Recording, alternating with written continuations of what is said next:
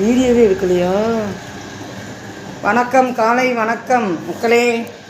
இன்றைக்கி எங்கள் வீட்டில் என்னன்னா வெள்ளை சோறு ஆவி பறக்க.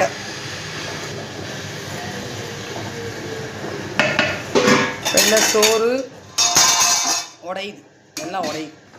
மட்டன் குழம்பு பாருங்கள் மக்களே, எல்லாம் மட்டன் குழம்பு. மட்டன் குழம்பு வச்சுட்டேன், கொதிக்குதா? போதும். அப்புறம் சாறு, எங்கள் வீட்டுக்காருக்கு சாறு வச்சுருக்கேன். மட்டன் சாறு வச்சுருக்கேன். ஞாயிற்றுக்கிழமெலாம் நமக்கு ரெஸ்ட்டு கிடையாது. சோறு குழம்பு ஆக்கி முடித்தோடனே அப்படியே வாங்க, இங்கே பாருங்கள் உளுந்து மாவு ஆட்டுது.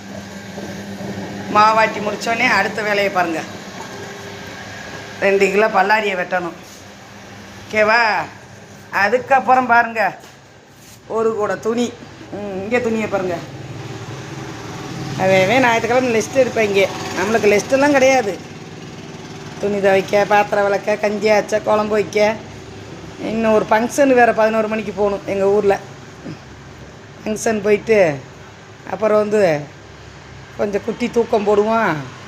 மத்தியானம் தான் லிஸ்ட்டு கிடைக்கும். காலையில் சமையலை முடிச்சிட்டோம்னா கொஞ்சம் வேலை கம்மியாக இருக்கும். நீங்களாம் இன்றைக்கி ஞாயிற்றுக்கிழமை என்ன வேலை பார்த்தீங்க? சமைச்சிங்களா? மட்டனா சிக்கனா சொல்லுங்கள் கமாண்டில். எங்கள் டானை பாருங்கள் இப்படி தூங்குதுன்ட்டு. டானே பார்க்குதா?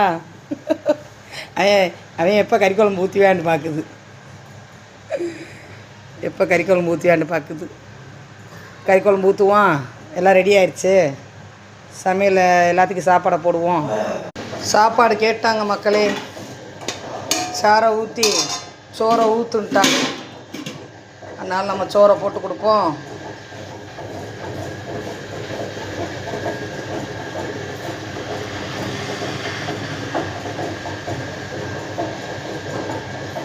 சோறை ஊற்றி கொடுப்போம், சாப்பிடட்டும். வேலையாக தான் இருக்குது. பொம்பளை பிள்ளையா பிறந்தாலும் வேலை தான் கொடுக்கும். சொல்லுவாங்க எல்லோரும், வீட்லேயே இருக்க உனக்கு என்னன்னு. நம்மளுக்கு தான் தெரியும் என்ன வேலை பார்க்குறது. சாரை ஊற்றுவோம் மக்களே. ஊற்றியாச்சு.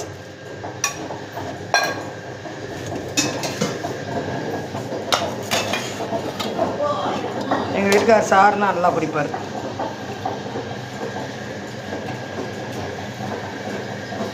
சாரை ஊற்றி அதுக்கப்புறம் கொஞ்சம் எண்ணெய்